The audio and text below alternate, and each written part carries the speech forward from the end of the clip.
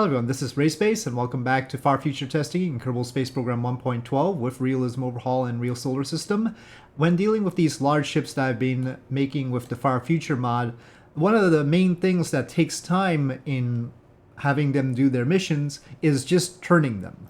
It just takes them a long time to turn, and in that respect this is very much a Realism Overhaul situation because the reaction wheels are nerfed. Right? We have weaker reaction wheels in Realism Overhaul than stock, and so we can't just rely on them to turn things very quickly. We have to use RCS if we want to turn it, or as I've been doing, using engine thrust, which isn't that great either. But with that problem in mind, I have decided to make a large RCS module. And this is one with extendable RCS ports, like so. Not really far extending, but the original plan was to have them larger scale. Of course, this is the scale that fits the tanks that we have right now. It's meant to fit within the cylindrical portion or cross-section of the tank. So when we retract it, it's like that. It's got some visible tanks in the back. But yeah, I wanted to have fairly large RCS thrusters, which aren't easily available. There are other mods that have made stuff like this, but they're generally not Realism Overhaul compatible RCS thrusters, and they're weird stuff like arc jets and stuff like that instead of using propellants that I want to use. Like, I don't want to use hydrazine or anything like that. So in this case, we have water, as you can see, and this was an idea that came up in my Twitch live streams, and the idea is to take the water, split it, and then use it as hydrolox RCS. So instead of storing the hydrogen and oxygen, we would store the water, split it, and then use it. Now we've got one set up front here. I'll just keep them extended here. And we have one set in the back. Now, there's ultimately two ways of doing this when it comes to the water. The first way is to have it split on the fly. In other words, while you're using it, it tries to split the water into hydrogen and oxygen and then combust them.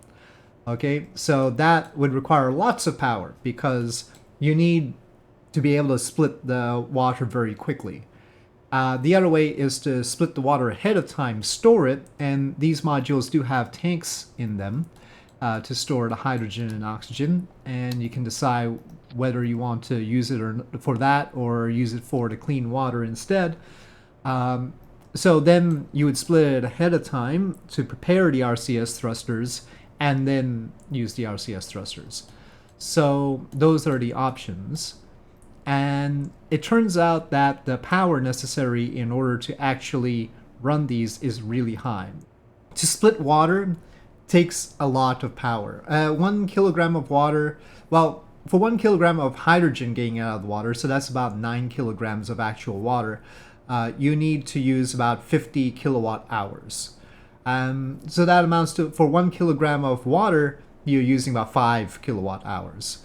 And when we say kilowatt hours, if you need that 1 kilogram of propellant in a second, which is very close to what we're using right now, we're actually using 1.7 kilograms per second, then to split that water on the fly, you need, I've estimated here, about 61,000 electric charge, or 61 watts, or is it kilowatts? I forget which one it is. Maybe I'm doing this wrong and I'm thinking about it wrong, and that's ending up being more than I need.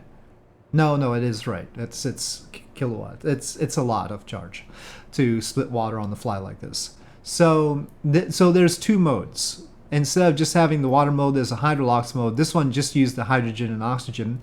And so what you would do is then just split the water ahead of time. We have a water splitter here. That takes less power than the on-the-fly one. It still takes a lot of power, but it's more like 2,000 per second or something like that, instead of 60,000 per second.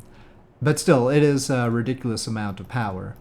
But that's why we're doing this in far future, because we have lots of power, right? We have megawatts, and we, in this case, have, oh, did it resize the, oh, I resized this, and that's why they're clipping in. I was wondering. Okay. So we have two nuclear reactors in the back. They're currently clipping into our engine, which I didn't mean for them to do.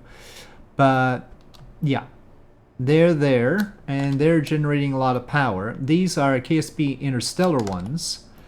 So the logic here is, well, you're going to carry the huge radiators for our engine anyway, so we might as well have reactors. We have enough thermal rejection for 22 megawatts, so we'll just have 22 megawatts of power, which still isn't enough as it turns out. Let's take this outside and see how the RCS works in water mode. Now, if you're thinking, this is starting to look a lot like Lex from the Lex sci-fi series, it does to me too. It definitely has that sort of feel to it. Okay, RCS on, turn prograde. Well, you can see the electric charge all goes away and the megajoules do too. And so there's two problems here with using the water like this. First of all, the electric charge bleeding away so quickly. And the second thing is, our water is also necessary for the crew, and there's a risk as it uses it very quickly that we are going to have the crew accidentally not have enough water for the rest of their journey, right?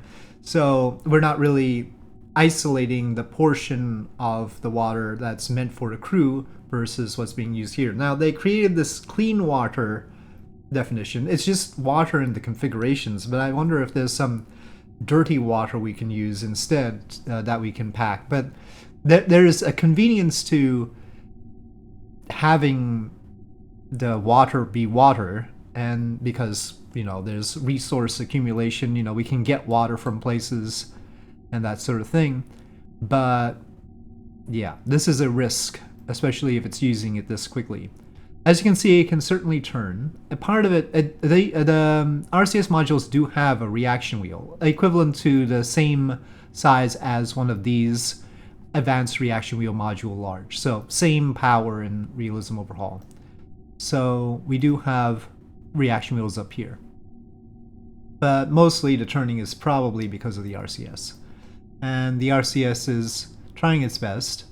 If we did thrust limit these, it'll be easier. Let's say 50%, and then the one in the back as well.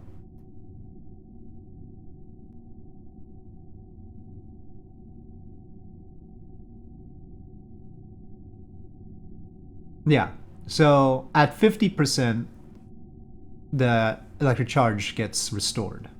So we don't have any problem with that. Well, okay, now we do. Because it decided to max out the yaw. I guess it was only restored because we weren't using the RCS that much. Oh well.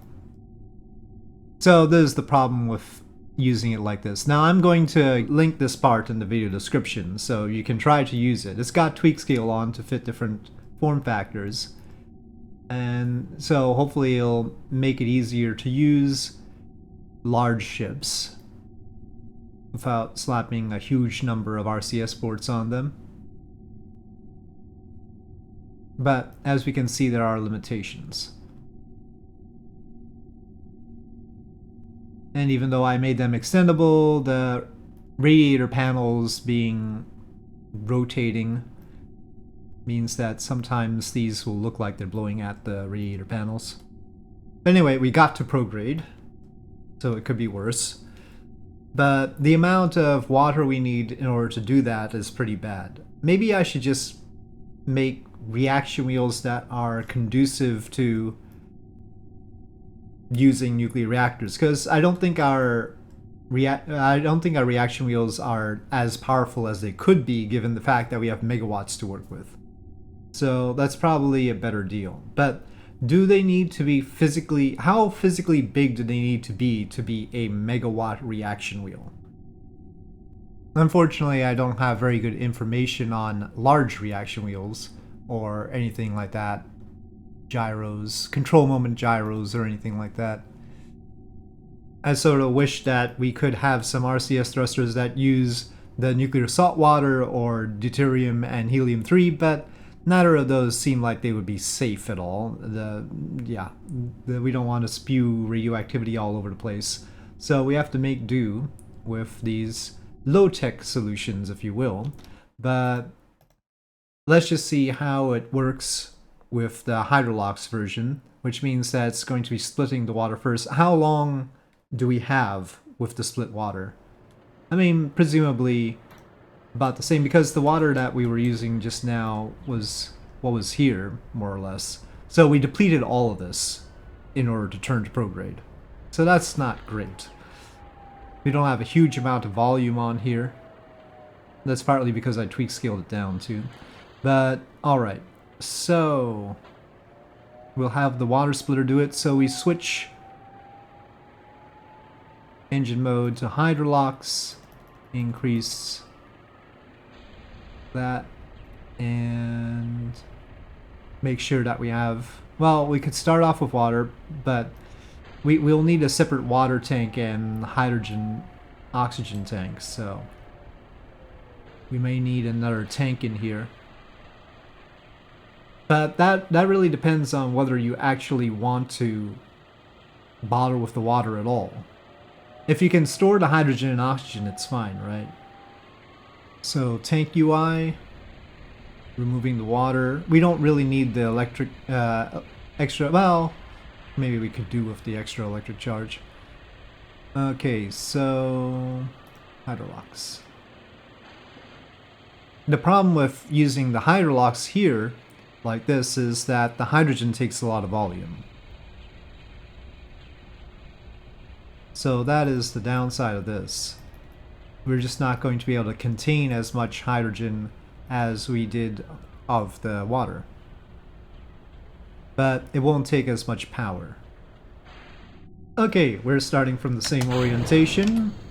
But right now RCS won't do anything because, oh no, we are carrying the liquid hydrogen, so yes it is. So we're carrying what amounts to a full amount of hydrogen as it would be contained in these modules. Let's see. But once it's started to turn, it's all right. But we'll need a whole lot more than that. I need some idea of how big, physically big and heavy, a reaction wheel that can use, let's say, 100 kilowatts to a megawatt would actually be. I'm sure nobody's ever made such a reaction wheel before, but then again, nobody's made a nuclear saltwater rocket engine either, so if we've got the power, we might as well have a reaction wheel. The question is whether the reaction wheel is going to be heavier than the thrusters. We still need thrusters. We still need thrusters because this might need to be able to dock to something, horrible as that would be. But yeah, it will probably need to dock to refuel at the various planets. So we still need the RCS, but at least with the powerful reaction wheels, we don't need as much of the RCS propellant. We wouldn't need it for this turn, for instance. But we do need to turn quickly. Heavy. Anyway, so this part, the RCS part, with its two modes, will be available in the video description, just as a standalone part for now, until I figure out where to put it. But hopefully it'll be of some use. I know that people have made similar parts before, but in this case, it'll be Realism Overhaul compatible, and most of those I don't think were. So, anyway, with that, thank you for watching. Hope you enjoyed this video. If you did, please do press like. If you have any comments or suggestions, please leave them in the comment section below, and I'll see you next time.